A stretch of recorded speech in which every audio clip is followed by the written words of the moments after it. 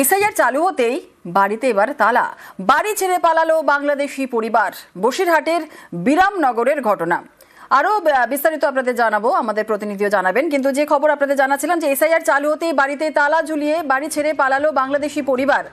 অনুপম রয়েছে আমাদের সঙ্গে, অনুপমের থেকে আরো বিস্তারিত জানার চেষ্টা করব। অনুপম, যে পরিবার পালালো এই পরিবার বাংলাদেশ থেকে ভারতে কবে এসেছিল এবং কত বছর ছিল ভারতে?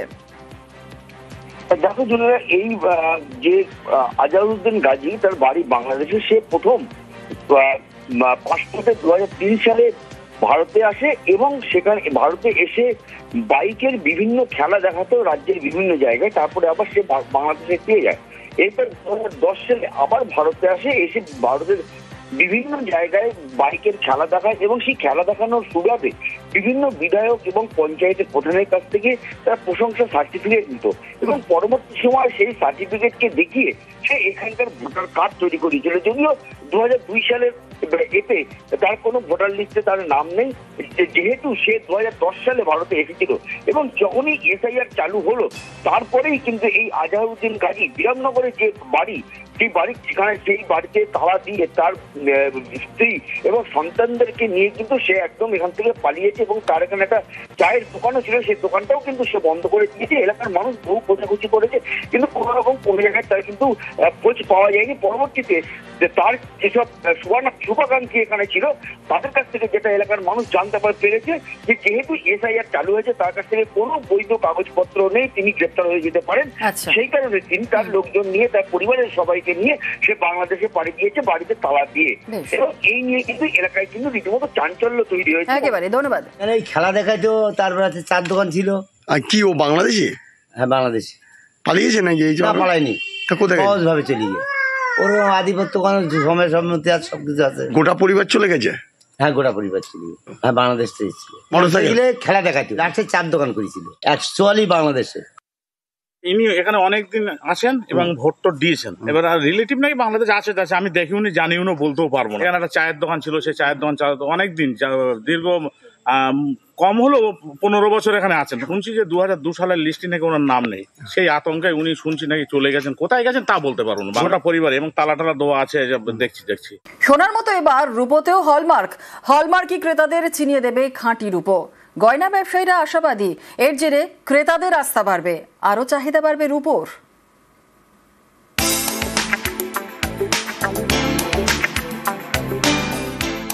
সোনা আসল না নকল, খাঁটি সোনা চিনিয়ে দেয় হলমার্ক। এবার রূপোর জন্য চালু হলমার্ক। সেপ্টেম্বর থেকে রূপোর গয়নাতেও হলমার্ক চালু করেছে BSI, bureau of Indian standards. সিলভারের উপর যে হলমার্কিং, এটা আপাতত যেটা আছে সেটা ভলান্টারি আছে, এখনও সেটা ম্যান্ডেটারি হয়নি। এখন থেকে যত সিলভার হলমার্কিং হচ্ছে ভলান্টারিলি, সেটা এখন এইচইউআইডি মার্ক দিয়ে মার্কেটে আসছে। এবং সেই এইচইউআইডিটা জেনুইন কিনা সেটা আপনি, আমাদের একটা বিআইএস কেয়ার অ্যাপ আছে, সেখানে আপনি এইচইউআইডি নাম্বার দিয়ে সেখানে যদি আপনি চেক করেন জেনুইন আছে কিনা, ওইখান থেকে আপনারা সেটা জেনুইননেসটা টেস্ট করতে পারবেন। जैसे गोल्ड में आप सब पहचानते हैं कि गोल्ड की जो हॉलमार्किंग है उसमें एक 6 डिजिट का अल्फान्यूमेरिक कोड होगा, HUID। ऐसे ही वही चीज़ हमने अब सिल्वर पे भी ले आए हैं कि अगर आप सिल्वर की भी प्योरिटी को आप चेक करेंगे तो उस पर आपको वो 6 डिजिट अल्फान्यूमेरिक यूनिक नंबर मिलेगा। ज़रूरत पड़ने पे मैंडेटरी हो जाए, पर आज की डेट में तो वॉलंटरी ही है। কলকাতায় বেশ কিছু গয়নার দোকানে রূপোর হলমার্ক চালু হয়েছে। গয়না ব্যবসায়ীরা অনেকেই মনে করছেন সরকারি হলমার্ক চিনিয়ে দেবে খাঁটি রূপো। এর ফলে রূপোর বিশ্বাসযোগ্যতা বাড়বে, ক্রেতাদের ভরসা বাড়বে, ফলে বিক্রি বাড়বে রূপোর। কম্পিটিশনটা অতটা ফেস করতে হবে না, কেন অনেক লোক যা তা রূপো বিক্রি করে যখন, তো সেইগুলো পিউরিটিটা মেনটেন হয়ে যাবে পুরো মার্কেটে, কাস্টমার বেনিফিট হবে।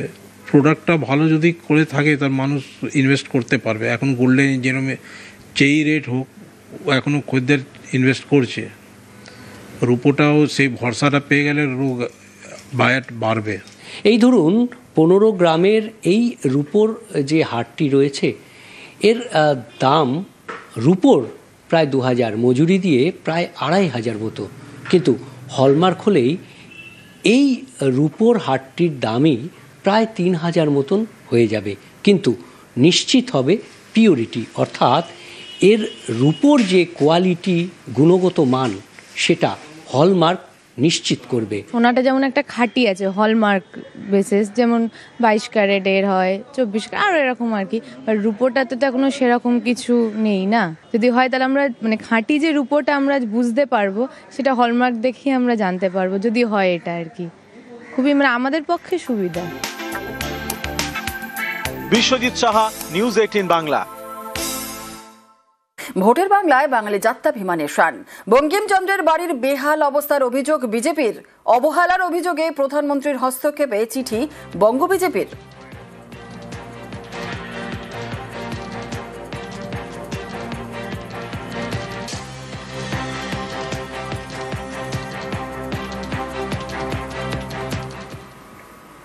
প্রধানমন্ত্রীকে পুরো বিষয়টি জানিয়ে আমরা চিঠি লিখছি। যে বাড়িতে বঙ্কিমচন্দ্র চট্টোপাধ্যায় বাস করেছেন এবং যেখানে উনি শেষ নিঃশ্বাস ত্যাগ করেছেন, এ ধরনের একটি ঐতিহাসিক বাড়ির আজকে যে করুণ পরিস্থিতি এবং বিশেষ 7ই নভেম্বরের যে ঘটনা, সেটা জানিয়ে প্রধানমন্ত্রীকে চিঠি লিখব। প্রধানমন্ত্রীর হস্তক্ষেপ পাবে দলের পক্ষ থেকে দাবি করছি। যদি কেন্দ্রীয় সরকারের পক্ষ থেকে এই বাড়িটি পরিচালনভার কেন্দ্রীয় সরকারের কোনো বিভাগ গ্রহণ করতে পারে তাহলে অবশ্যই কেন্দ্রীয় সরকার সেখানে করবে। রবীন্দ্র বঙ্কিমকে নিয়ে বিভাজনের চেষ্টার অভিযোগ বিজেপির বিরুদ্ধে, অভিযোগ তৃণমূলের। বাংলাতেই মনীষীদের যোগ্য সম্মান, মন্তব্য কুণালের। কাগজ দেখে বন্দে মাতরম গায়ে বিজেপি, কটাক্ষ কুণালের।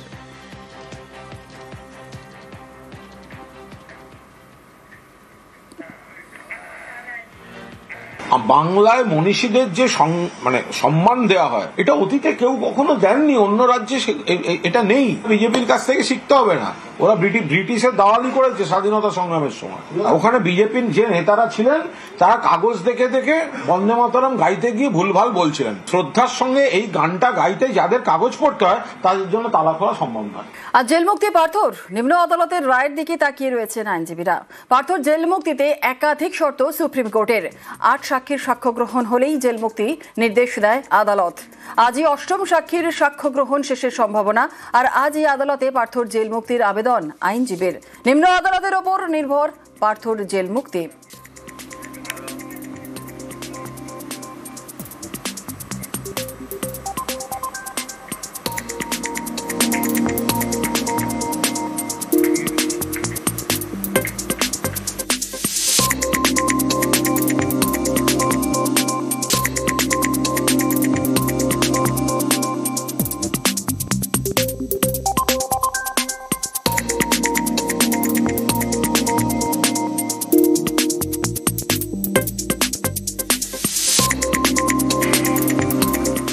আজ জেল মুক্তি পার্থর। আজ গ্রুপ সি মামলায় রিলিজ অর্ডার দেওয়ার সম্ভাবনা। 9ম এবং 10ম ও একাদশ দ্বাদশ নিয়োগ মামলায় পার্থর জামিন। এই 2 মামলায় প্রেসিডেন্সি জেলে আগেই পৌঁছেছে রিলিজ অর্ডার। পার্থর জেল মুক্তি নিম্ন আদালতের ওপর নির্ভর।